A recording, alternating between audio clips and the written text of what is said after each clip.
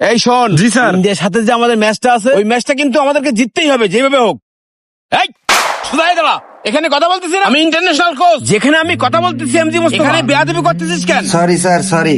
আমি যা বলতেছি কান খুলে শোনো। আমি যাদের ট্রেনিং করাইছি তারা এখন ইন্টারন্যাশনাল পর্যায়ে খেলতেছে, জানো? যদি ভালো প্লেয়ার হতে চাও কোচের কথা অবশ্যই মেনে চলবা। জি স্যার, অবশ্যই। কথাটা মাথায় রাখবা। এই ছেলে, তোমার স্টেডিয়ামের ভিতরে কি? এদিকে আসো। আসসালামু আলাইকুম স্যার। ওয়ালাইকুম আসসালাম। তুমি স্টেডিয়ামের ভিতরে কি করতেছো? স্যার, আমার বাড়ি ওই যশোর নূরপুর গ্রামে। আমি আপনার কথা মেলা শুনেছি স্যার। আপনি ইন্টারন্যাশনাল পর্যায়ের কোচ। আমার ফুটবল খেলার মেলা শখ স্যার। আমি আপনার টিমে খেলতে চাই স্যার। এই কথা শোন, গ্রামের ছেলে এসে ইন্টারন্যাশনাল টিমে ফুটবল খেলতি।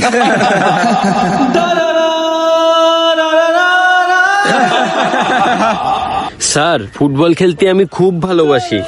আর আপনি তো একজন ইন্টারন্যাশনাল কোচ। স্যার, আপনি আমারে একটু সুযোগ দেন না স্যার।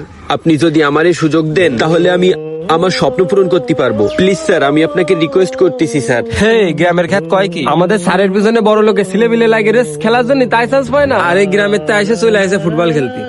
তুই ফুটবল খেলতে আছিস? ফুটবলের বানান জানিস? এই ফুটবল খেলা কি মাঠে ধান লাগানোর কাজ? বললি হয়ে গেল। গ্রামের ছেলে গ্রামে ফিরে যা, তোদের দ্বারা ফুটবল খেলা হবে না। যা যা খ্যাত কোথাকার যা। কনকের কোন নূরপুর গ্রামের খেত ফুটবল খেলতে আইস, চা এখান থেকে। শুনেন স্যার, আপনি আমাকে যা বলতেছেন বলেন, আমার গ্রাম নিয়ে কিছু বললেন না স্যার। আমি গ্রামের ছেলে হতে পারি, কিন্তু ফুটবল খেলা আমরাও জানি স্যার। আপনি ইন্টারন্যাশনাল পর্যায়ের কোচ, এজন্যই আসছিলাম আপনার সাথে দেখা করতে। আসলে আপনাদের মতো মানুষ যদি আমাদের একটু সাহায্য করতো, অবহেলা না করতো, তাহলে আমরাও কিন্তু স্যার ভালো পর্যায়ে খেলতে পারতাম। এই তোরা গ্রামের ছেলে মিলে ফুটবল খেলা সম্বন্ধে কি বুঝিস? আমার ক্লাবের একটা ছেলের সাথে খেলতে গেলি তোর মতন 10টা প্লেয়ার লাগবে। স্যার, ছোট মুখে বড় কথা বলতেছি, কিছু মনে করবেন না স্যার। আপনাদের মতো এত বড় মাপের লোকেরা যদি আমাদের মতো নতুন প্লেয়ারদের যদি একটু সাপোর্ট করতো, তাহলে আমরাও বড় কিছু করতে পারতাম।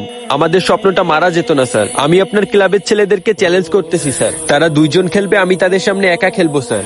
যদি আমি হেরে যাই, আমি মাথা নিচু করে চলে যাব, আর আপনি যা বলবেন আমি তাই শুনবো। কিন্তু আমি যদি জিতে যাই স্যার, ন্যাশনাল টিমে খেলার আমার একটা সুযোগ দিতে হবে স্যার। স্যার বলে কি ও আমাদের দুইজনের সাথে নাকি ও একা খেলবে? বলে কি? ভাই মজা পাইলাম ভাই তোমার কথা শুনে। আমার টিমকে তুই চ্যালেঞ্জ করার সাহস তুই কোথায় পেলি? তুই যদি জিততে পারিস তোর আমি বেস্ট 11-এর সুযোগ দেবো।